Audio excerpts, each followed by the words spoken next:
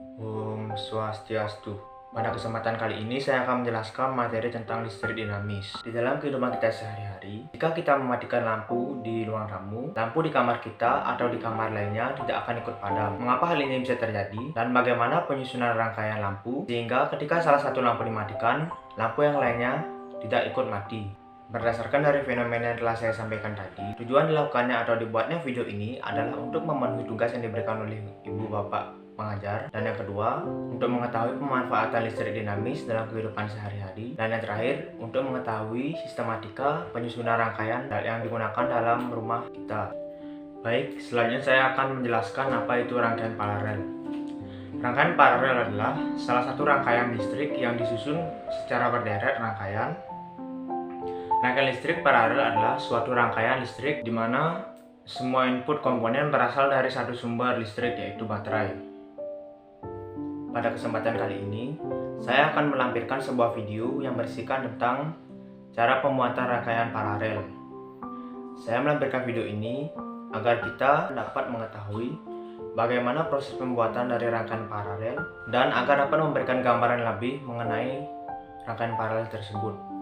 Dan sehingga kita dapat memahami dan lebih mengerti bagaimana sistem yang diberlakukan oleh rangkaian paralel sehingga ketika kita mematikan salah satu lampu yang lainnya juga tidak ikut padam. Mari kita simak video berikut. Nah, jadi video berikut adalah video contoh pembuatan rangkaian paralel. Alat-alat yang dibutuhkan yaitu yang pertama kardus, kabel sepanjang 2 meter, selotip, gunting, dan baterai 2 buah. Selain itu, kita juga membutuhkan bola lampu mini yang sering kita gunakan dalam percobaan sebelumnya. Selain itu, kita juga memerlukan saklar mini.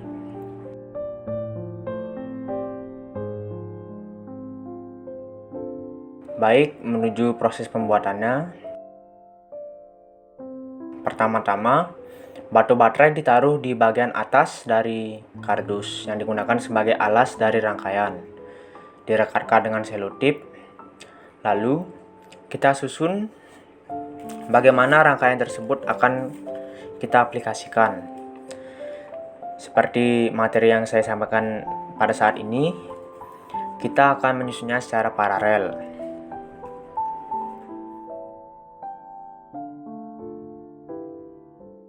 Selanjutnya, letakkan baterai dan komponen lainnya menyerupai pola rangkaian yang telah kita buat.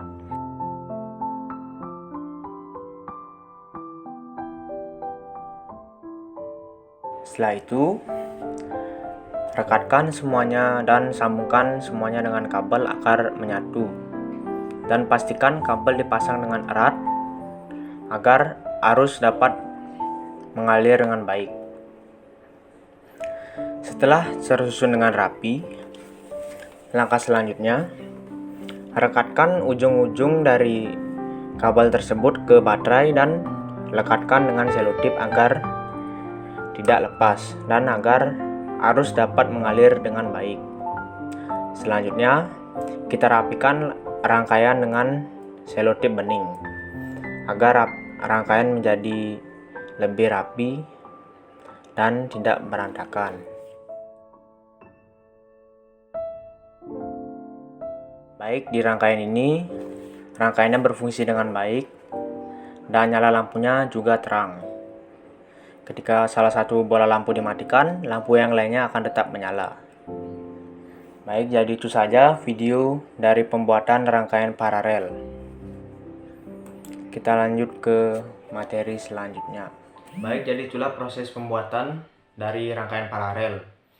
Bisa kita lihat dalam video tersebut diperlihatkan bahwa ketika lampu A dicabut, maka lampu B akan tetap menyala. Dan begitu juga sebaliknya.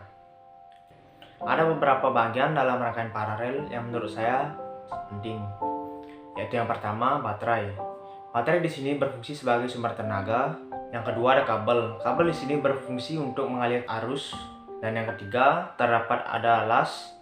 Dan yang terakhir ada saklar. Saklar di sini digunakan untuk memutus atau membungkam arus listrik. Selanjutnya, Saya akan menjelaskan cara kerja dari rangkaian paralel. Pada rangkaian paralel, terdapat dua aluan arus listrik. Setiap lampu mendapatkan arusnya sendiri, tanpa lampu lainnya. Oleh karena itu, meskipun salah satu lampu dicabut atau diambil, lampu yang lainnya akan tetap menyala. Mengapa ketika kita mematikan lampu di ruang tamu, lampu yang berada di kamar kita ataupun kamar lainnya juga tidak ikut mati? Yaitu karena masing-masing cabang dalam rangkaian paralel adalah rangkaian individu. Ketika lampu A dimatikan, maka lampu B akan tetap hidup secara seri. Begitu juga sebaliknya. Selanjutnya saya akan menjelaskan sifat-sifat yang dimiliki oleh rangkaian paralel. Bisa dilihat di tabel di samping. Yang pertama, rangkaian paralel memiliki sifat yaitu tegangan lampu sama dengan tegangan sumber. Yang kedua, cabang paralel merupakan cabang individu. Dan yang ketiga, jika salah satu cabang mati, maka lampu yang lainnya akan tetap menyala.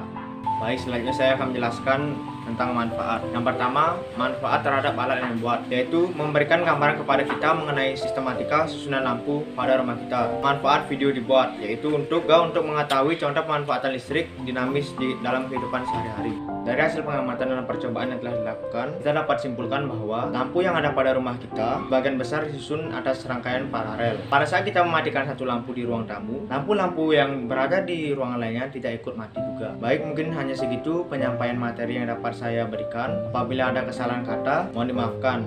Om Santi Santi Santi.